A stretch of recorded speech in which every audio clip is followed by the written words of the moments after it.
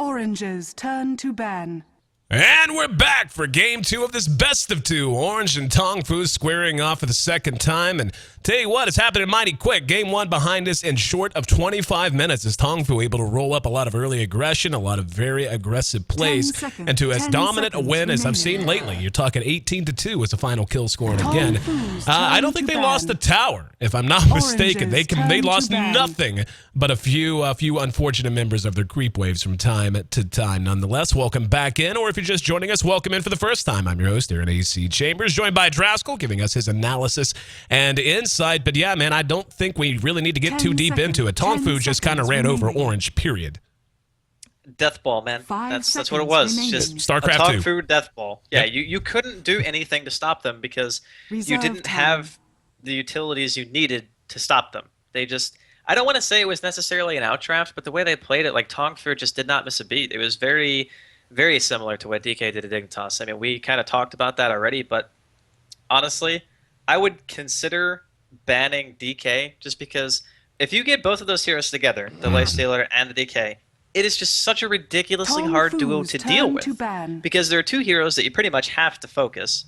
They have good push potential. They can fight pretty much on any terms they want, and especially partnered with a Chen, it complements them ridiculously well. So if I'm in Orange's shoes right now, I'm thinking we get first pick. Maybe we want to take away the Lifestealer. Maybe we want to just take the Alchemist instead, which seems to be the very common thing to do so far. So TongFu has the opportunity to get those 2 core that they had last game. And honestly, it worked so well for them, I wouldn't be surprised to see them do something similar. Io also managing to slip through this time. No real worry seems to be on either side. Would love to see TongFu play in Io. Of course, usually when we do see Io played, tends to be... they're going to go ahead and grab the Darkseer, so that's an interesting choice given that the DK is still available. Now, Orange can try and do something similar if they wanted to try and farm the Alchemist and then send the DK mid, maybe put together an offensive tri-lane off of that, but the chance to put together their own 2 core, depending on how much emphasis they want to put on Alchemist farm. But the Lifestealer and the Darkseer are really about as versatile as it gets. There is any lineup you could possibly want to build around those 2 heroes. You can build it, and you can build it effectively. So, as tends to be the case, first few picks, leaving us kind of wide open. But again, we'll see if Io is going to get any attention here before the second ban phase. 5 seconds remaining. Well, after seeing the Darkseer, it kind of makes a bit of sense as to why they didn't want to take the DK, especially considering an Alchemist first pick usually indicates that the Alchemist is going to be going mid. So if they want to run a farming Alchemist like they did in game number 1, and they're going to be first picking it, then they're kind of throwing a curveball at TongFu. But if TongFu are in the assumption that it was going to be mid, then they're probably not going to take a DK. The only reason they switched the DK in the last game is because they knew that it was going to be a mid Timbersaw, and DK would probably lose that lane, and Lifestealer would have done a better job. So TongFu still has the opportunity to pick that if they want to, and because Darkseer is an offlaner, they could still fit a Chen into their lineup. But I don't know if they're going to be picking that third or not, just because it would kind of tell exactly what they were going to be going to be doing in Orange's shoes. So Orange now has the option of, well, basically anything, because heck, they can pick a carry, a support, whatever they want. But it's really hard to figure out. And yeah, they're just going to take away the Chen. They say, we don't want to get run down again. If you want to take the DK, that's fine, but you're not going to have your death ball this time. Absolutely. And I really like that pickup from them. Not so much, as you said, because when I see something like that, especially whenever you see already what TongFu had shown us and certainly the success they had in game 1, just saying, even if, because Shin's one of those heroes that can and should be played aggressive to a point. You can get ultra aggressive with him, but he's a hero who can work really well with a hero like an Alchemist who can rush that mechanism, as we've discussed, free Shin up to do other things with his gold, and then just rely on your own positioning and decision making. If TongFu wants to play that ultra aggressive style, so long as Chin's in the right position, he's going to be able to help his team out. Alchemist certainly a team fight monster early on. Just a matter of seeing who's finally going to be picked out. No ban yet on the IO as Storm and DK, 2 mids banned out by Orange. And the Bane, a very nice ban from TongFu, taking him away as a counter to the Lifestealer. This Nature's Prophet going to be taken out here as well. Turn to pick. Well, it's kind of the war of what do we really not want to give the other team in terms of push potential, because, well, for Orange, you ban out the Storm because of the bomb. That's pretty obvious. And you ban out the DK because, well, DK can still stand at the forefront of a fight, even against a Chen push, because of his ridiculous armor, and it's very, very difficult to deal with him in general, so they banned that. So now, TongFu, they're actually going for more of an old-school composition now. This is a very standard 3 that you would have seen maybe, I don't know, 4 or 5 months ago. When Shadow Demon was just unbelievably common during that point. But he's also a very strong roamer. So it leads me to believe that TongFu might have some early aggression here in mind, depending on what their secondary support's going to be. Of course, they are still lacking a mid, and I would assume it's going to be a hero with initiation. Maybe they're going to get a puck.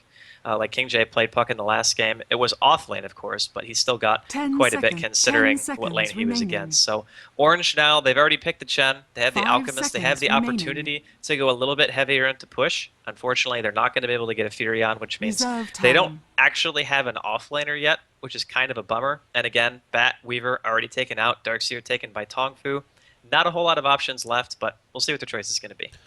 Yeah, it's still pretty wide open. I still love the Shadow Demon pick. I think Shadow Demon is actually a very nice deterrent to an Alchemist in all stages of the game.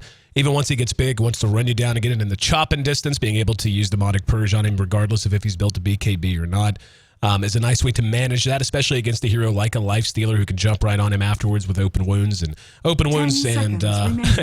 Demonic Purge. You're not going anywhere. We are going to see Orange go ahead and grab up that Queen of Pain.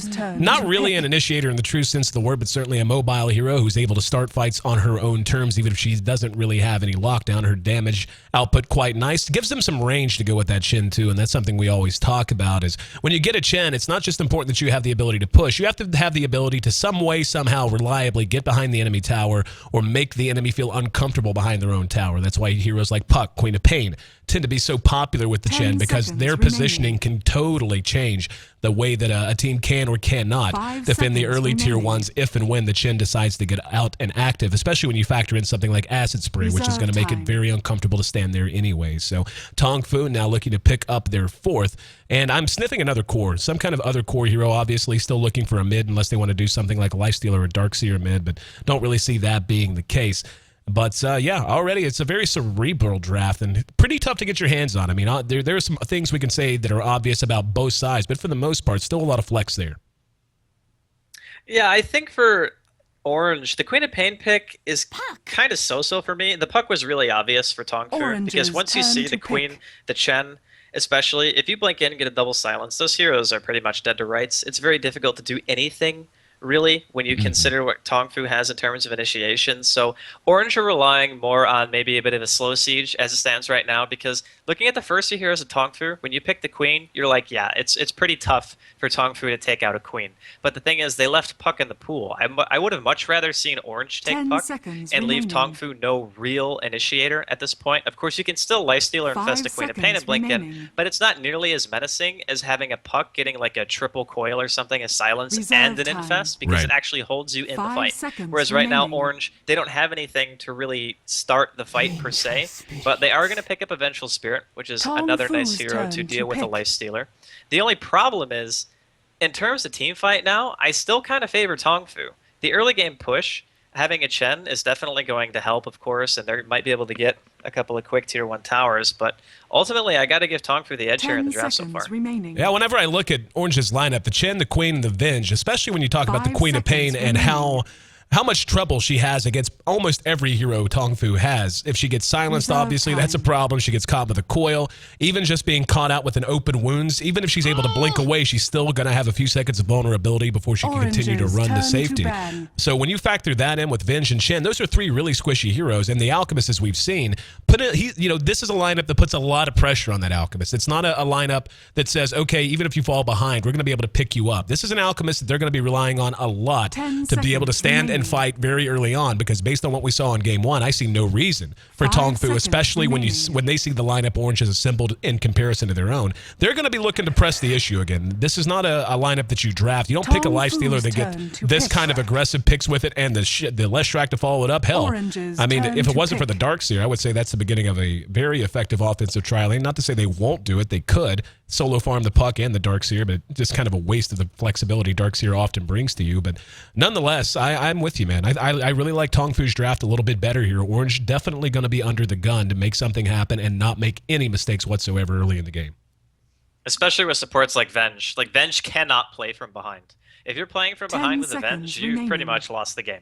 And that was kind of the story of what happened in game number 1. It was really the supports that kind of hurt them the most. And yeah, of course, everybody makes mistakes. I'm not trying to harp on the players, but when stuff like that happens, it's such a detriment, especially against push lineups. So TongFu is going to be in kind of the same position. You want to try to weather the early game storm. Orange ends it up with a Tinker, which honestly, given the lineup that TongFu has, isn't a bad choice at all.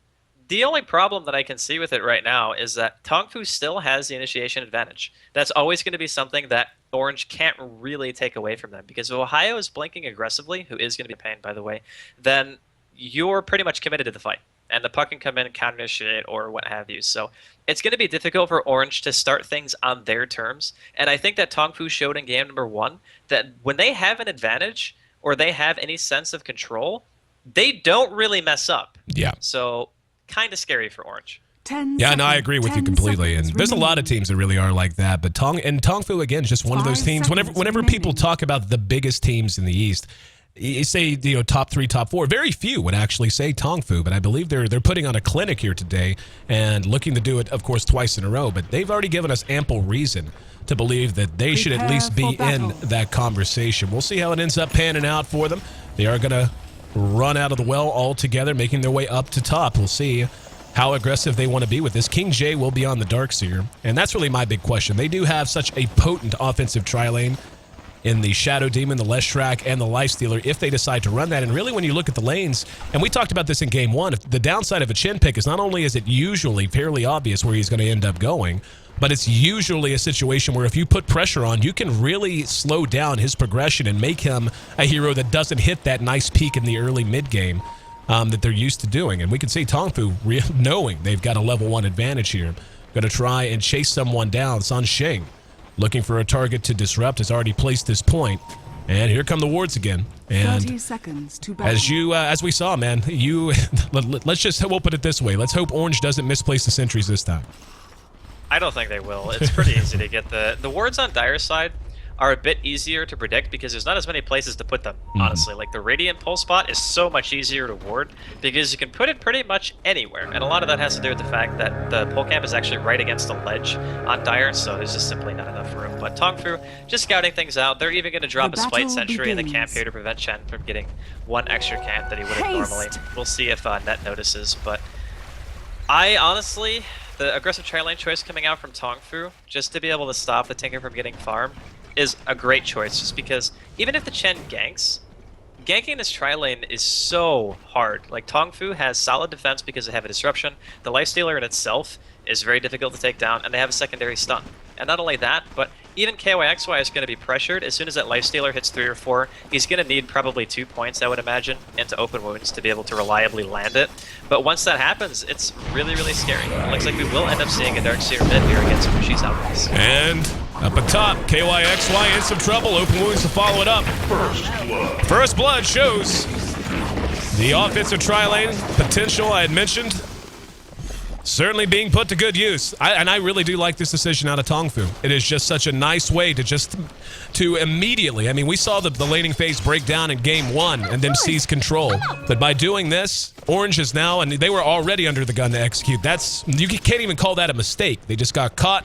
The aggression there, and Orange going to have to really buckle down and really make sure that they do something to get away from the laning phase with the game still intact. Well, I don't know if they're going to be able to do that. Again, like, what is Avenge and a Chen going to do against a Shadow Demon, Leshrac, Lifestealer tri-lane? There is pretty much no way you're going to be able to open on this tri-lane and have it go well for you if you're in Orange's shoes. And not only that, but middle, King J is going to be able to outpush Mushi because it's a Darkseer versus an Alchemist, and all he has to do is shell spam the wave. He'll get every rune. The supports of Orange can't go for the rune because they're tri-lane versus tri-lane. And bottom, they pooled Mu, so he started with a Null Talisman, and he's beating the Queen of Pain pretty darn badly on CS right now. So pretty much all 3 lanes kind of not working out so far right now for Orange. And I'm not entirely sure if KYXY is going to be getting anything either in terms of farm. He got level 1 March because honestly, what else is he gonna do? Yep, I completely agree with you. I mean, it's like you rack your brain and say what build or what movement could fix this, and this is kind of it's one of the more subtle things that's often forgotten, and I'm glad you brought it up. It's not just about, oh, okay, the offensive tri-lane's getting kills and therefore it's working out. It's what it forces other lanes to do. It's what especially in terms of a mid matchup, like you said, in this matchup in particular, the push power of a Darkseer, just going to give him complete control of creep equilibrium. It's going to be very difficult for a melee hero like an Alchemist to come forward in CS without taking at least a little bit of damage. And there's just no way he can move out to even begin to try to help this lane. And if the only option they really have, it feels like, is to at some point try to teleport gank in this Queen of Pain. But as you mentioned, she's already getting beat. Now, she's going to be getting her levels most certainly, so her damage output not going to be lacking. But taking her away is just a little bit of wishful thinking against the hero with built-in magic immunity like a Lifestealer. So even in the best of situations, the most she might be able to do is stem the tide. Well, this is so bad bottom, especially. Ohio just wasted his salve too. Even though he has his bottle, Moose still has his salve and a full bottles. This is probably the worst case scenario, honestly, for Orange. They're technically losing all 3 of their lanes, top going probably a little bit worse than any of them.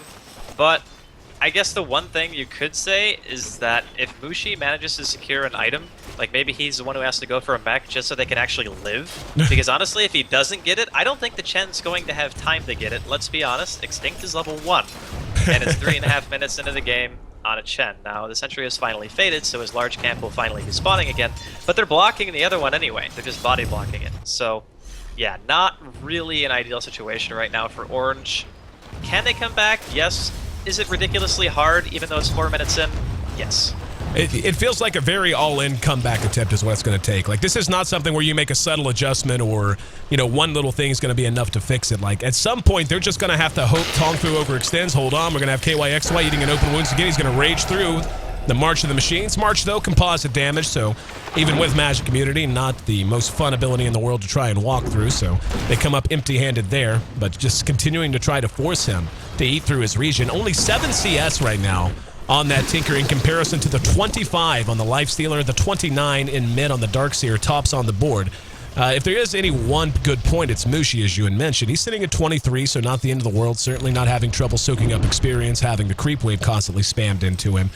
But that's what it feels like. It's just going to... Mushi's just going to have to show up, and they're just going to have to hope they get a double kill or do something to shut this down. And speaking of shut down, they want to shut down this Alchemist. There's a disruption. King Jay's there. Wall down preemptively, and well-timed on the Split Earth. A free kill. And the entire... And what's ridiculous is about it, just because of how well they've managed the equilibrium up here, how by himself now against this tri-lane, they're still so scared that they weren't even able to force him off a farm for the duration of that gank attempt. And in mid, they're going to go ahead and pressure the tower. Yeah, this is just a disaster for Orange, honestly. I mean, the 2 supports leaving the lane should be fairly obvious, even though it was a smoke gank. When those 2 supports leave, there should be some kind of alleviation, but as you mentioned, Hao just doesn't care, man. He's only level 4, but what are they going to be able to do to him in mid? King Jay being very aggressive here, actually going to force a TP out of net, and he might get close enough for a missile. Nope, just kidding. Not quite that fast. Unfortunately, Leshrac, 315 base move speed compared to 295, so... Yeah, I mean, reactions being forced everywhere. Hao's going to be able to get some free farm under his tower, whereas KYXY, he's got 12 CS at 5 minutes. That's going to be some pretty late bots. Yeah. Well, I mean, at this point, it's hard to imagine what he could even do with it. I mean, because as soon as he starts to bounce around, yeah, he's going to be able to farm and such, but TongFu's just got a composition that once again is going to be able to hook up. We're 6 minutes into this game, and I feel like they could hook us 5 and just start pushing towards tier 2s if they want. It just would be so hard for them to take a fight. Queen of Pain is level 6, so she's going to have her full range of damage-dealing abilities available to her if and when she wants to fight. But Moose sitting there as well, and here we go. Silence, well-timed, coil just in case. Queen of Pain, the 3rd one to drop. That's 3 kills, all in favor of TongFu. Now they're finally going to get on the board in mid as King Jay is tracked down, so getting something accomplished somewhere on the board, but still, life's pretty hard. Yeah, just spectacular movement out of TongFu, especially from Sansheng. Just knowing that they were able to kill that Queen of Pain, the level 2 silence, well, it was level 2 when they ganked him, but now it's 3, so it just means that 2.5 seconds with a Soul Catcher, or I guess 2.25 seconds, is more than enough to kill a Queen with only 600 HP. So they've actually successfully killed every single lane on TongFu, and it's only 7 minutes in, and that's even considering that he had to basically go all the way across the map to do it. But again, it's all about efficiency. Because of the fact that gank actually worked, it's perfectly fine that he spent all the time going down there. What we saw earlier today, especially when Dignitas were playing versus DK, is a lot of movement that just didn't really yield anything. So whenever you're making moves like that and they're actually succeeding, then you know you're in great shape. And Mushi actually opts to go for a medallion as his first choice. So mass minus armor. You get 6 from the cloud. You get additional 6 from the medallion. And then, of course, you have Howl, which is, I think, 2 at level 1. Yeah. So minus 14 armor. Pretty big. So far, everything beginning to stabilize out at least a little bit. Howl, with his phase boots up already, is going to brace her towards his drums if he wants to take him, and he's just going to dive the tower. Has a creep wave. There's the open wounds. Realizes there's no help to be found. KYXY trying to give him the old okey doke. Not going to work. Has the infest. Enough to clean it up. Net's going to come give a big FU in the form of a magic missile. Splitter is going to be on the mark. Damage being done. They do get a return kill.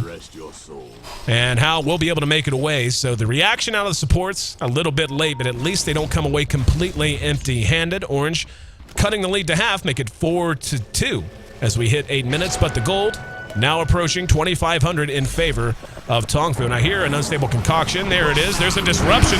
And Howl's going to rage, so he can't do anything. It stuns himself. And Mushi, just, to quote Indy Jones, he just got had. The Magic community, the disruption, could not get the unstable concoction off. Wound up with egg on his face and a trip back to the well. That was such a next-level play by Sansheng. So many people would have just disrupted the Alchemist there instead of disrupting themselves. But because of the fact that not only that, but the rage too, like you had mentioned. Such a next-level play coming out of both players actually on the side of TongFu. So Mushi, unfortunately, falling, and they get the tier 1 mid because of it. And Banana now is actually just about level 6. Sansheng is level 6 himself, so they have that demonic purge. And that makes ganking a whole heck of a lot more scary if you're on the side of Orange, because now KYXY has pretty much no chance of getting away. Even on his own, he died solo to How. Yeah. Just imagine if a Shadow Demon is there. So Orange definitely not looking so good in terms of the map control front. With the tier 1 dead, again, this opens up a whole lot of avenues for movement from TongFu. They can just dive KYXY over and over again. Sure, the Queen of Pain can TP, but even if he does, the target that TongFu goes for is going to die. That's pretty much what their team is made for. And up atop, Lesh hooking up with Howl now. KYXY trying to farm anywhere safely he can. And at this point has to be terrified, as you had mentioned. I mean, dying solo to Howl, let alone if he has any help. And with Banana there now, trying to do some damage to the tower. They have it down below half. And it is not going to be a drums build out of Howl. He will be going straight for his armlet after picking up the bracer. We've got a smoke, though, out of Orange. And this is kind of what I was talking about. This has a very all-in feel to it. This has to succeed for them. This cannot be a big turnaround. Now we're going to see Howl walks around into the wrong corner. Rages immediately, going to TP away. Gets swapped. And now going to infest in. Let's see. Where did that creep go? I think it's something just glitched. Anyway, in the meantime, re-engagement. Yeah, I actually think something just glitched on my screen. It didn't glitch. The Chen sent his creep back to base and killed the Life Stealer. That's what he did. I missed that completely, yeah. Whenever he jumped in, I didn't see the actual animation on it, so. Either way, nice play, I do suppose. Looks like that would probably be the scene of the crime, so 5-3 nonetheless. 10 minutes in, and Orange finally getting a few things accomplished. Yeah, that was really nice, actually. I mean, the Life Stealer probably would have been dead either way, even if he didn't infest on the creep, but it was still pretty funny to see Extinct send him back to the wrong side of the map. And KYXY, unfortunately, going to get caught out here. Not much of a chance. Yeah. And the rest of his team just looks at him and they're like, well, we'd love to help you, but we got other things to do, aka live. So, I mean, it's 6-3. Not really a horrible game for Orange considering how bad game number 1 went, but they haven't really been able to apply any pressure to any towers at all, and they had a Chen. And again, a lot of that's due to the fact that they basically had one camp board and the other camp was getting blocked, and there wasn't really much that Extinct could do during the early game, so now he's finally hitting his stride, but they are going to be losing their tier 1 in the safe lane too. So again, more map control, pretty much being given the way of TongFu at this point. And interestingly enough, even though they have the advantage, they're still warding pretty defensively. If you look at TongFu, they have 2 wards on their side of the river, and I mean, Orange have 3 wards down, but you can understand why. It's because they've been playing on the back foot. So I'm interested to see if TongFu want to change it up a bit, maybe go for more aggressive warding, especially considering Puck just picked up his Blink. They can do the Lifestealer Bomb. Darkseer has his mech. It's pretty much all TongFu right now. Yep, TongFu just wide open in what they want to do, and grab it a smoke. What they want to do, they're going to move through the jungle, trying to find the Chen, and X trying to retreat here. Under attack. Still haven't had the smoke popped yet, so they have yet to be discovered. Now rotating back down towards mid, looking for a target. Mushi going to be spotted out. There's the demonic purge, the disruption. On himself, actually. There's a split earth. Well shot by Banana. Hand of God allows him to retreat a bit. The Infest, not enough damage to bring him down. And he will be sent back by Chen, so a bit of a missed opportunity there for TongFu. And yeah, it was actually a bit of a bizarre play as the Shadow Demon Demonic Persian disrupted himself instead of saving it for another target. Nonetheless, Orange keeps the tower up and forces TongFu back, at least for the moment. They force a huge reaction too. I mean, everybody from Orange is middle now. And I don't really think they can re-engage. They might actually try something like sneaking a Roche because they do have a Medallion and they have Avenge. The only problem is whenever you use Wave of Terror, it kind of makes it obvious as to where you are. But Mu and Sangsheng making their way back on their side of the river could be dangerous for Mu though. He's checking for wards right now, but if he gets caught out, could be bad news. Runs into the pit, blows himself up. And they're going to try to move in and sneak this. So far, no reaction. With the minus armor, they get, like, as you said, a Wave of Terror. Very nice Wave of Terror, by the way. Threw it up towards the secret shop instead of anywhere that it would be detected. And it looks like they're going to be able to get away with this. TongFu's in position if they wanted to react, but instead just going to take themselves free tier 1 bottom. Well, I don't think they know because they don't have any vision. I mean, there was a sentry drop, so obviously TongFu are going to not really be too wise to this. But in their situation, because they are so far ahead in terms of map control, I think they're fine with getting a tower here, especially considering Mushi is the one who picks up the Aegis. This isn't an Alchemist with like a full inventory, it's an Alchemist with a Medallion. Right. So if he dies once, he's not going to have Chemical Rage for when he gets back up. It's not quite to the same extreme, but it's similar. And how gonna be chasing him down. There's Mu, throws the coil. Mushi already at half health, gonna snap it to try and get away, but too much follow-up. That's a free Aegis gone. They're gonna get him twice. No way Orange can really hope to engage into this. Open wounds more than enough, and just look at him melt. The amount of damage they have, especially on a single isolated target like that, just through the roof. Never had a chance, so guess you can say they got the Roshan Golden XP, but other than that, not a whole lot to show for it. Just 30 to 60 seconds after the big boy dropped. The one thing that I'm kind of confused about is why he ran that direction. Yeah. When you leave the Roshan pit, if you just walk near your secret shop, like to the right, it's a lot harder to chase you because there's really only one way you can go. But if you're running up to the left towards middle, you can either come from middle or you can come from the rivers. So he just basically got cut off and there wasn't really much he could do about it. And again, because his team's so weak, he can't really get any help. So they get to tier 2 mid, nothing that Orange can really do about it. There's only 2 tier 1 towers left, one's top, one's bottom, and I think that TongFu are probably going to go for top next. And Orange, again, on the back foot, and this Chen, like his usefulness has pretty much, outside of saving Mushi mid that one time, yep. I haven't felt him at all. Totally agree. So far, well, he did make that cool play that I totally missed, sending the Chen creep back, so gotta give him credit for that. But yeah, now this is very much one of those games where you just look at it and go, you know what, this has not, I have not felt any impact from that hero. And it's not to try and lay the blame on the player behind the hero. It's just what TongFu has done to take him out of the game. They've got a 10,000 gold lead at 15.5 minutes in. The experience not quite as big, but to be honest, it doesn't need to be. Everyone on the side of Orange is just so anemic right now. They're running out of map control. They're not going to be able to farm. This Chen is not going to have any gold except for just passive gold gain for a while, going out into his own jungles to forlorn hope at this point. And same with the Alchemist, who went with the phase medallion approach. Not a whole, doesn't have a farming item he can even rely on. Just going to be another one of those games where turtle it out and hope that the other team makes a lot of mistakes. I don't think TongFu have it in him to make any mistakes. Yeah. The only thing that I think could have been construed as a mistake is when the Leshrac ended up dying when they were diving. But they also got a kill out of that on the Tinker. So it wasn't even really a mistake. It's just that Orange maybe could have killed Hao instead of going for the Leshrac. But even Banana is pretty farmed. I mean, he's got Arcanes and a Bracer, full wand. It's only 16 minutes in. He's living the life. And this is one of the really high points and strategies that emphasize pushing towers, is that your supports have a lot of items in comparison to the other supports. This Venge is pretty much completely broke, and it's not to say that Net's been playing bad. He's actually almost level 8, which is pretty surprising given how little map control they've had for a long time. But he doesn't have any items. I mean, Sandshank's 3 and 0, and here comes TongFu going for another push. But bot's finally completed here in KYXY, so they're going to be able to do some decent counter pushing, which is something that they needed a heck of a lot sooner. But again, nice laning from TongFu, holding it back for this long, because now, even if they don't get this tower, it's like the least important tower on the map. Hero we haven't talked a whole lot about that we really should. Moo is just absolutely gigantic at this point. He just finished a Dagon to go with his Blink Dagger, so not only is he going to be a vehicle for Hao, he's going to be just shooting laser beams at people. And we're going to see it. They're in coil, caught to, followed up, and yep, that's a dead Tinker. He is going to be netted down, but he jumps away. Net next on the list, being chopped away by Hao. Wall goes down, and Sonic Wave does it a decent amount of damage. The fight rolling back towards the tier 3, and Hao once again does not care. Finally thinks better of it as he thought about diving across 2 sets of racks. Unstable Concoction will be his parting present.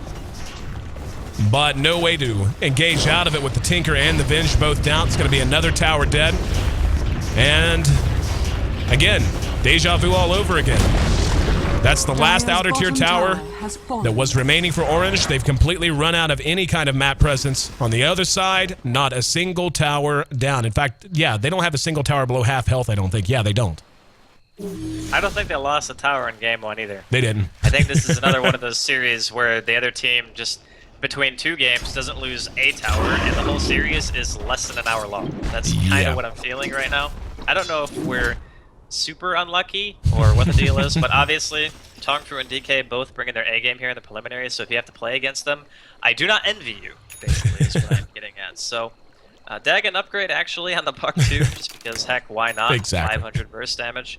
And I'm not sure if I mentioned it or not, but there's a gem on the Leshrac, so the vision coming out from Orange is pretty lackluster, but interestingly enough, TongFu don't have any vision either. They're like, yeah, we don't even need to see your side of the map anymore, because you don't have anything that we're interested in, considering all your extra towers are dead.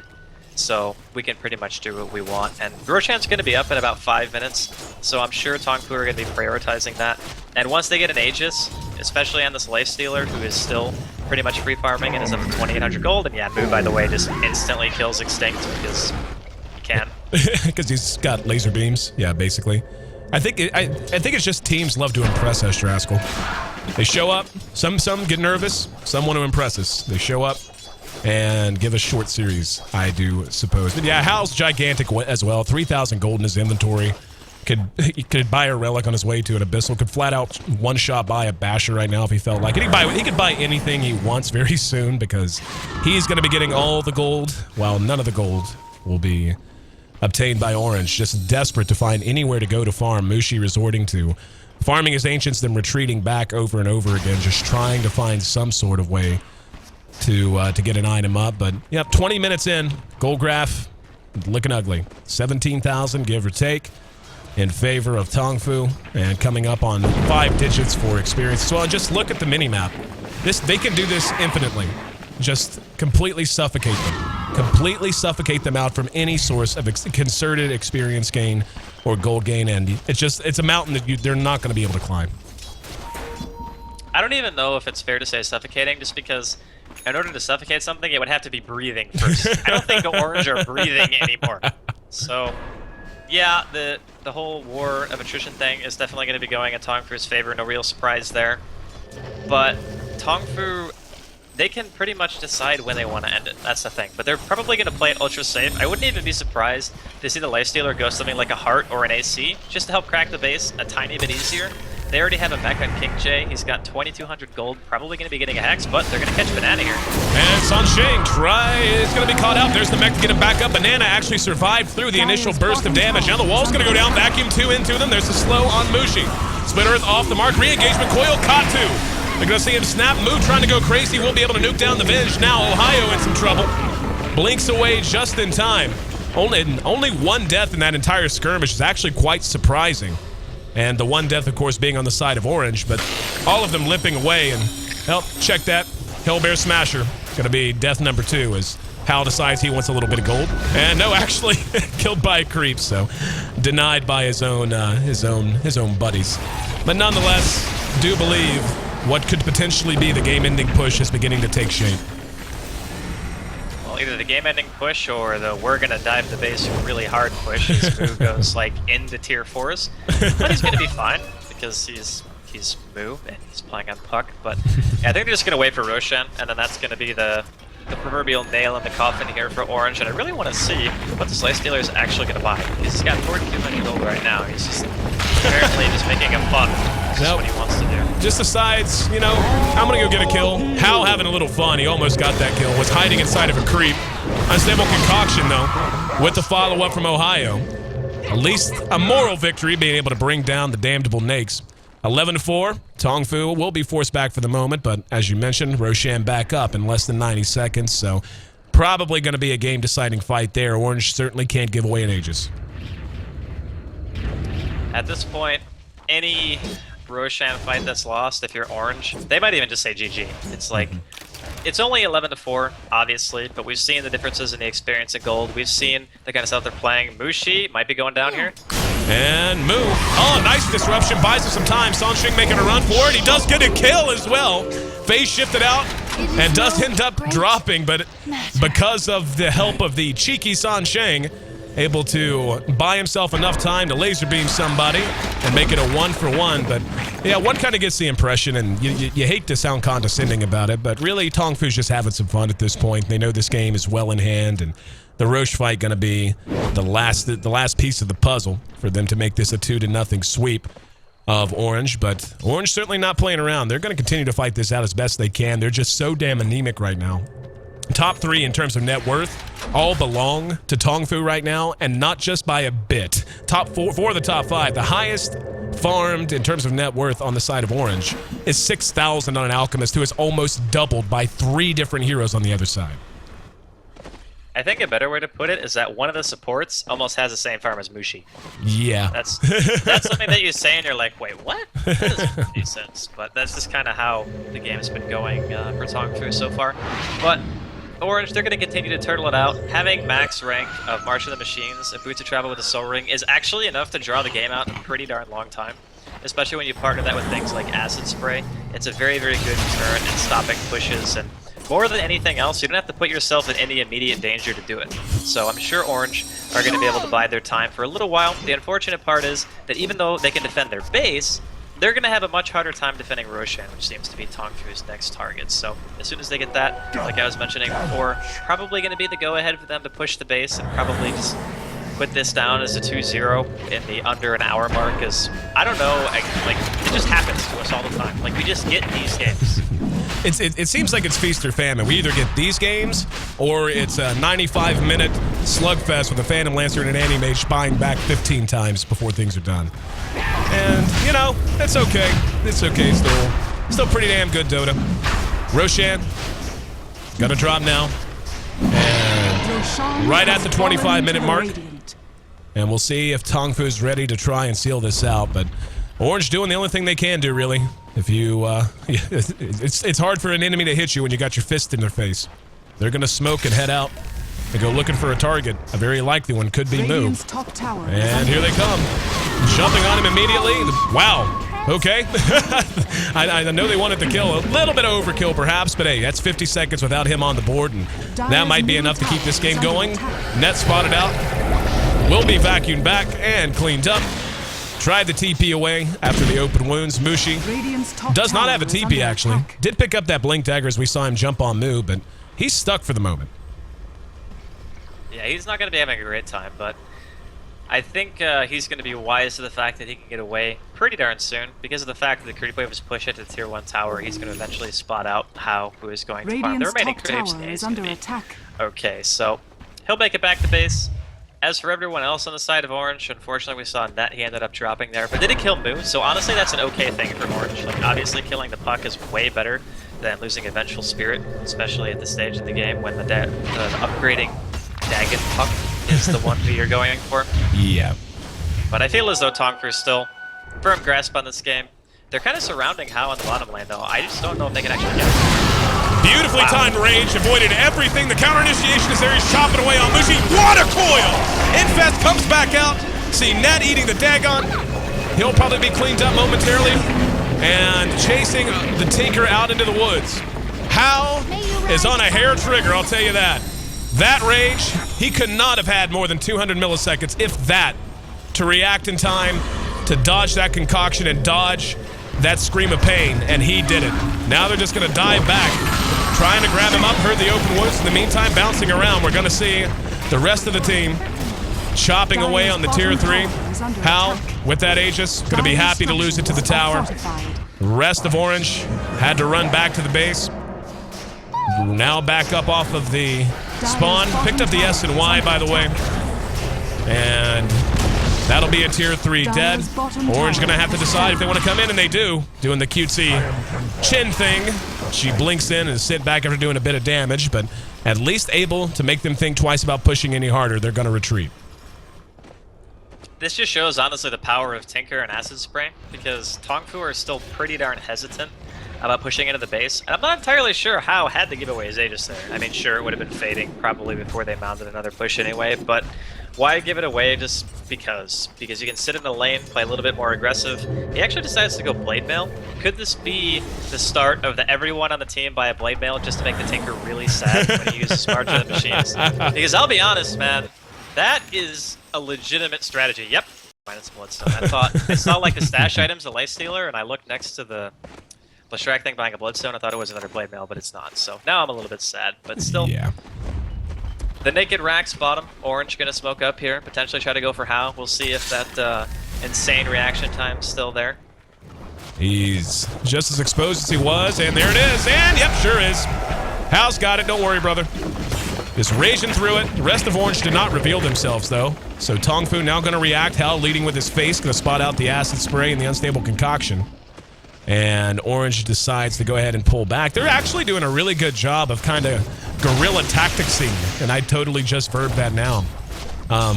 Doing that to TongFu. Just trying to hit him when they can and then retreat and just try to find some kind of space to make something happen. And as you mentioned, they basically got away with only losing a tier 3 for that Aegis. And all things considered, that's not all that bad. It's really not. The longer the game goes, Orange are eventually going to get to a position where the Alchemist has a decent amount of farm. The Tinker's going to get another item. Looks like the Force Staff is going to be his next choice. And they can draw it out. The problem is they're not really going to be able to apply pressure to TongFu's side of the map. And this looks to be the death push right now for TongFu.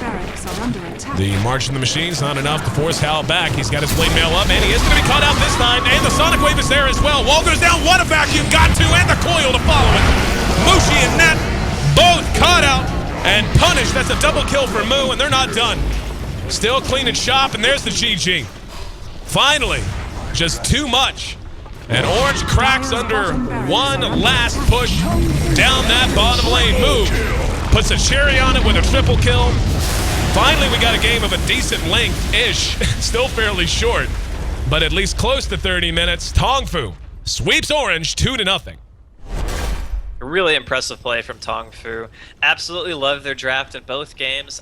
Guess you could say in game number 2, it was very reminiscent of a past style of drafting. People are kind of evolving again. They're picking different heroes, but the Lifestealer, Darkseer, Shadow Demon, Leshrac, Puck, that's a very standard old school style of lineup, and they just made it work. There's really not anything else you could say about it. They just ran an aggressive tri-lane, they shut down KYXY, Tinker couldn't get his bots until what, like 20 minutes in or something like that, which is much later than you really want them. Basically, the faster you get them, the better, even more so than any other hero for any other item, just for the sole purpose of being able to split push and apply pressure to lanes. That's pretty much his job in this lineup, to buy time really for the rest of his team to get some farm, especially Mushi, but they never had the opportunity. So TongFu, outdraft, outplay, pretty much out everything. It really feels exactly like the other BO2 that we saw, which was DK Dignitas. So maybe the next BO2 will be a little bit closer, but this is another series that ends in under an hour total playtime. Absolutely, and I'll tell you one stat that jumps out. Tinker and Queen of Pain, their GPM by the end of the game combined did not equal the Lifestealers.